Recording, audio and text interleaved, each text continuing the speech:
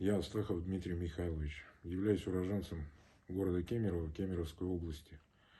Проживаю по адресу проспект Шахтеров, 97, 118. Дата рождения 30.09.74.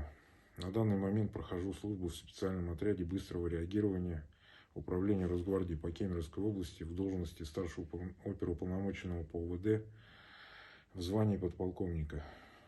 В 2022 году, в январе месяце, начались совместные учения Вооруженных сил России и Вооруженных сил Республики Беларусь.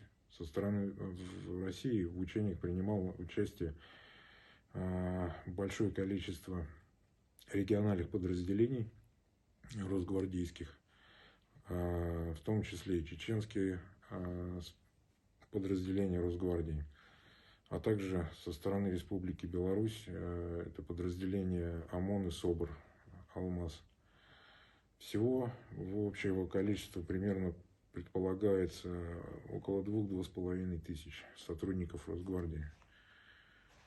Чеченские подразделения, которые стояло возле нас, возглавляли, по моим данным, Магомед Тушаев и Хусейн Меджоев. Учения начались с того, что все наши подразделения были собраны в городе Смоленск, откуда мы отправились в населенный пункт Малая Гребля Гомельской области Республики Беларусь, где разбили лагерь. Перед вылетом из Смоленска у всех сотрудников изъяли мобильные телефоны и удостоверения. Легенду учений нам никто не доводил, но их целью было боевое слаживание всех подразделений Росгвардии. 24 февраля утром на общем построении наш командир, полковник Огий Константин Анатольевич, довел нам задачу, что мы будем оказывать помощь вооруженным силам Российской Федерации в захвате территории Украины и обеспечении контроля над ней, подавление возможного сопротивления граждан Украины. Ближе к ночи мы прибыли на рубеж, уже захваченный вооруженными силами Российской Федерации ЧС. После этого нам поставили задачу выдвигаться в направлении на Киев с целью захвата. И во время движения нашей колонны мы попали под обстрел, где я получил ранение и попал в плен.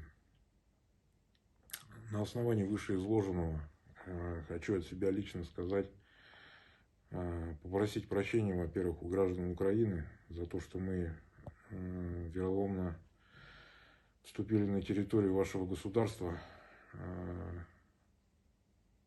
Причина была такая, что мы до конца не понимали, куда мы едем, потому что наше руководство не до конца доводило нам информацию, поэтому нам пришлось быть в неведении практически до самого конца.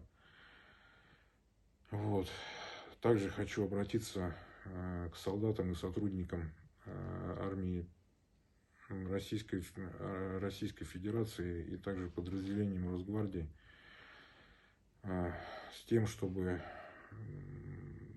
сложили оружие и прекратили планомерное уничтожение мирного населения, а также военнослужащих Украины, нашего, по сути, братского государства, и избежали участи,